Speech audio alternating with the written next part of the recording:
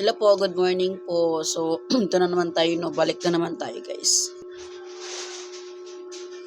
So, paulit-ulit tayo nagsasabi, guys, no, na kapag ang load negosyo natin, pinapautang ho, lugi pa rin tayo, no? Bakit? Kahit patungan mo pa yan, kunyari, giga 50.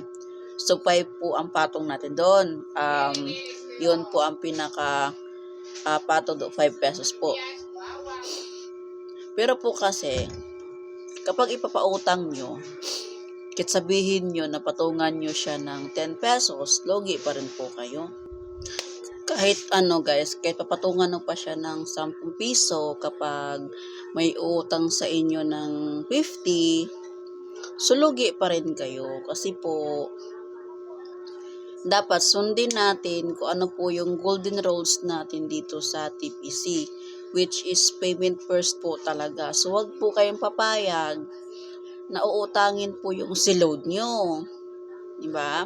Kasi nga po, hindi po nagpapautang si TPC kahit po piso. Tapos kayo, magkano na nga lang po yung ating kinikita dyan sa load, pero pinapautang nyo.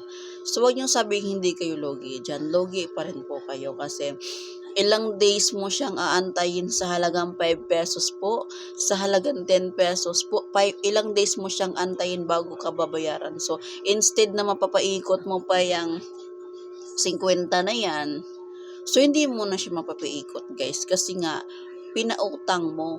No? So, wala naman kasi mangungutang kung walang magpapautang. So, kasalanan mo yan kasi pinapautang mo nga po yung puhunan mo sa load.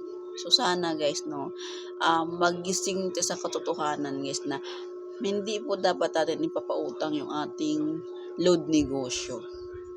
Sana po sundin natin yung ating golden rules dito sa ating TPC, kundi payment first po talaga tayo dito, guys.